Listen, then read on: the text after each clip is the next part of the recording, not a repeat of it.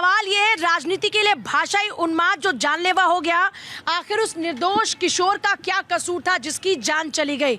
सवाल ये है, मैं आपके पास आते हुए, क्योंकि आप युवाओं के बीच में रहते हैं, ये जो भाषा पर विवाद इतना ज़्यादा बढ़ता जा रहा है, इसका इफेक्ट युवाओं पर क्या है और युवा इसके बारे में क्या सोचते हैं? मुझे लगता है कि विशुद्ध रूप से ये राजनीतिक है। राजनीति से प्रेरित होकर के ये विरोध किया जाता है। मुझे लगता है कि युवा इस देश के कोई भी किसी भी अंचल से आने वाला युवा हो, चाहे वो नॉर्थ ईस्ट से हो, चाहे साउथ का हो, चाहे मध्य उत्तर भारत का हो, सब कोई चाहता है कि देश की एक भाषा होनी चाहिए जिस भाषा में हम संपर्क कर रहे होते हैं सबसे। आप इसको मानने में कहीं कोई युवाओं में कहीं कोई मतभेद नहीं है कि हिंदी एक ऐसी भाषा है जो बहुतायत संख्या बोल रही होती है 16 राज्यों के बीच में, और 16 राज्यों के अलावा जो समीपवर्ती राज्य हैं उनके बीच में बातचीत करने की संपर्क भाषा है हिंदी।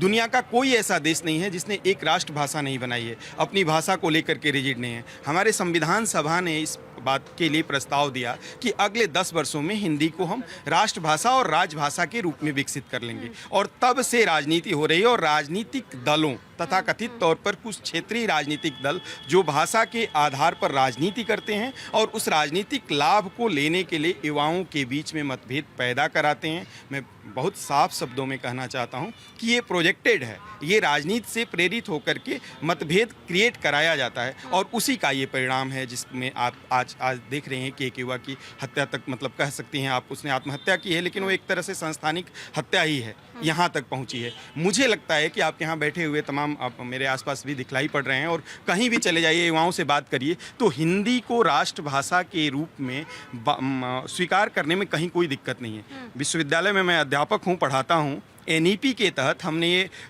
ऑप्शन दे रखा है बच्चों को कि आप भारतीय भाषाओं का चयन कीजिए। आपके पास कन्नड़ भी ऑप्शन है, तमिल भी ऑप्शन है, बंगला भी ऑप्शन है, लेकिन गैर हिंदी भाषी क्षेत्र के बच्चों में से जो ऑप्शन ऑप्ट किया जाता है, मोर देन 90%, 90% से ज़्यादा बच्चे हिंदी को ऑप्ट करते हैं। अगर स्वाभाविक तौर पर उन बच्चों के अंदर हिंदी का विरोध होता, बंगाल से, केरल से, तमिलनाडु से, हैदराबाद से आने वाले, तेलंगाना से आने वाले बच्चों के बीच में ऐसा होता कि उनको हिंदी से परहेज करना है, तो क्यों ऑप्ट करते? उनके पास तो ऑप्शन है, बंगला भी ले सकते हैं। आप कह रहे हैं कि ये लोगों के बीच में नहीं है, युवाओं के बीच में नहीं है, बिल्कुल नहीं। ये सिर्फ प्रायोजित है। आपकी नजर में कौन है इस भाषा के नाम पर अराजकता का जिम्मेदार?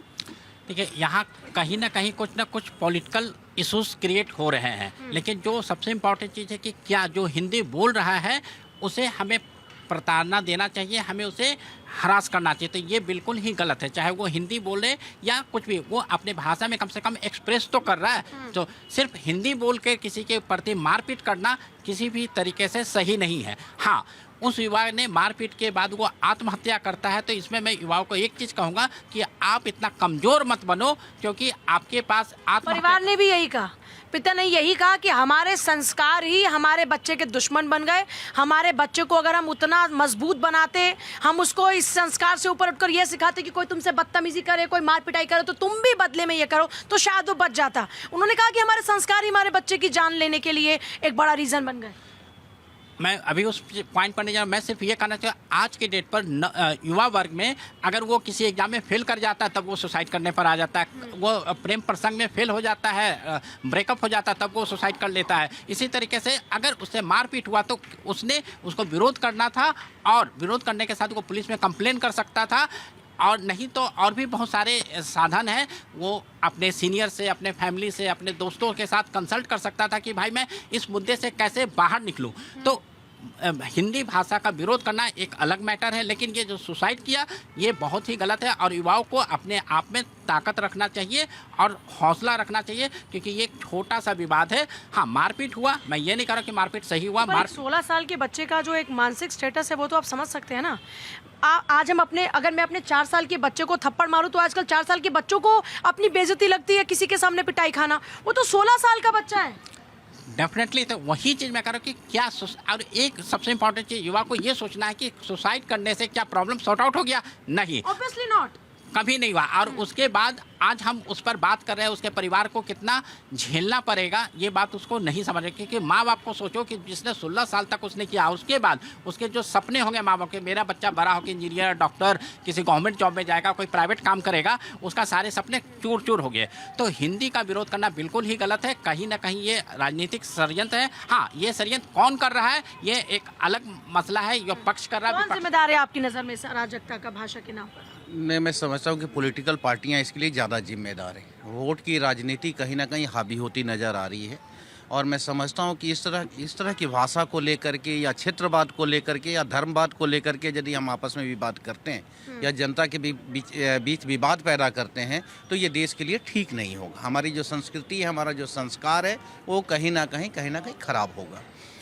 महाराष्ट्र और गुजरात में ये देखा गया है पीछे, बहुत पहले यदि आप जाएंगे पीछे तो बंगाल में भी एक बार आया था कि नॉन बंगाली बांग्ला छोड़ो, ऐसा एक नारा आया था ज्योति बसु या उनके पूर्व के मुख्यमंत्रित्व काल में।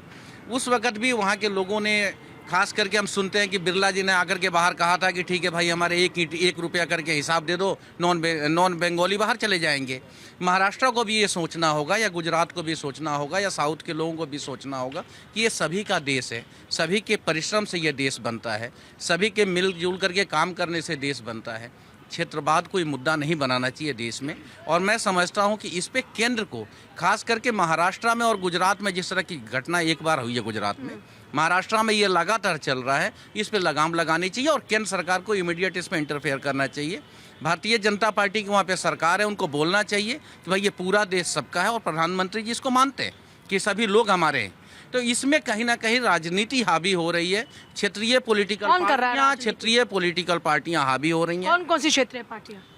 जो भी क्षेत्रीय पार्टी है महाराष्ट्र की। अब यदि हम महाराष्ट्र की बात करेंगे तो मानसे की बात करेंगे, तो मैं ये कह रहा हूँ कि किसी एक व्यक्ति को हम दोष नहीं देना चाहते, एक पॉलिटिकल पार्टी को दोष देना नहीं चाहते। हम चाहते हैं सिस्टम ठीक होना चाहिए, ये पूरा देश एक व्यक्ति सभी लोगों का है और पूरा देश एक होकर के रहना चाहिए। कौन है आपकी नजर में अराजकता का जिम्मेदार? भाषा पूजा के नाम जी, सबसे पहले तो मैं निंदा करता हूँ उस युवा ने जो उसकी आत्महत्या की, नहीं होनी चाहिए थी। हमारी जाति, हमारी भाषाएं, हमारे पहनावे इस देश में भिन्न भिन्न प्रकार के हैं। हिंदू, मुस्लिम, सिख, ईसाई अलग अलग तरह की जुबान है, अलग तरह की भाषा हैं। अगर भाषाओं को लेकर जंग छिड़ेगी तो देश के लिए खतरनाक है। और जो लोग कर रहे हैं, जो लोग करा रहे हैं, वो देश के दुश्मन है, समाज के दुश्मन है, हम सबके दुश्मन है। हमारी भाषा कोई भी हो सकती है, हमारी पहनावा कोई भी हो सकता है, हमारा खान पीन कोई भी हो सकता है, परंतु प्रताड़ना करना, मारना या फिर आत्महत्या करना, ये कहीं ना कहीं देश के लिए घातक है। और कई बार देखा है हमने, जैसे बताया कि बिहारियों को उन सरकारों ने भी परेशान किया था। मैंने देखा था कि रेलवे स्टेशन पे लोगों को मारा पीटा गया था। तो वो जो विचारधारा है, जो मानसिकता है, वो ठीक नहीं है। आज मुझे कबीर के दोहे चार याद आ गए हैं, मैं शायद उन युवाओं को बता दूँ, और जो जाति धर्म के ऊपर, जो भाषा के ऊपर झगड़ा करते हैं, शायद वो सुन लेंगे तो अच्छा रहेगा उनको। मुझ में राम, तुझ में राम, सब में राम समाया है। मुझ में राम, तुझ में राम, सब में राम समाया है। सबसे कर लो प्यार, जगत में कोई नहीं पराया है। सबसे कर लो प्यार, जगत में कोई नहीं पराया है। पूजा जी, ये क्यों गाया है? पीड़ा होती है हमारे को कि जब कोई कहता है कि ये मुसलमान है, इसको मार दो, कोई कहता है ये हिंदू है, उसको मार दो, कोई कहता है कि बिहारी है, उसको मार दो, कोई कहता है मराठी है, उसको मार दो। नहीं, हम हिंदुस्तानी हैं। हमारे पूर्वजों ने इस माटी को सींचा है, ये बगीचा बनाया है, ये गुलदस्ता बनाया है, और भिन्न भिन्न प्रकार के फूल हैं, बेटियाँ भी हैं, युवा भी हैं, वृद्ध भी हैं, जवान भी हैं। हम एक तरफ, हम एक रहेंगे तो सेफ रहेंगे। अगर हम जातियों में बट गए, भाषा में बट गए, या फिर हम धर्म में बट गए, तो कहीं ना कहीं जो विदेशी ताकतें हैं, जो बीच में हमारे सपोले हैं, जो आज जो करा रहे हैं, वो हावी हो जाएंगे, और कहीं ना कहीं देश का नुकसान होगा, समाज का नुकसान होगा, धर्म का नुकसान होगा, जाति का नुकसान होगा। हमें इससे दूर हटना है। और जो लोग कर रहे हैं, जो लोग करा रहे हैं, मैं कहूँगा उन सरकारों से, जिन जिन राज्यों में ऐसी घटनाएँ होती हैं, उन सरकारों को संज्ञान लेकर उनको सजाए मौत होनी चाहिए, जो कोई भी व्यक्ति ऐसा काम ना कर सके। क्योंकि ये मेरे देश की बात है, ये मेरे जवान की बात है, ये मेरी भाषा की बात है, ये मेरे हिंदुस्तान की बात है। आज जब बात हिंदुस्तान पे आएगी, समाज पे आएगी, तो हमें आगे उठना होगा और सरकारों को जगाना होगा। जो सरकार सो रही है वो जग जाए अपने अपने राज्यों में। अगर ऐसी घटना होती है तो सजाए मौत दी जाए उनको।